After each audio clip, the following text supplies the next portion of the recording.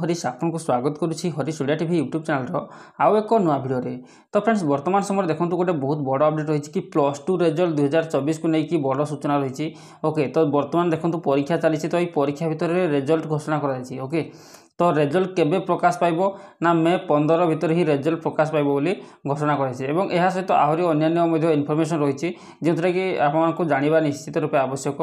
So video को completely शेष पर्यटन देखा सहित वीडियो गोटे लाइक करूँ फ्रेंड्स जदि चैनल को नुआ कर चैनल को सब्सक्राइब करनी आग को ये एजुकेशनल इनफॉरमेशन यही चैनल माध्यम ही पाइपर। सो फ्रेंड्स चलते जानवा तो देखो फ्रेंड्स सब्जेक्ट कौन रही ना मे 15 सुधा प्रकाश पाइब +2 परीक्षा फल 2टी पर्यायर देखा खाता 15,000 परीक्षक देखिए खाता।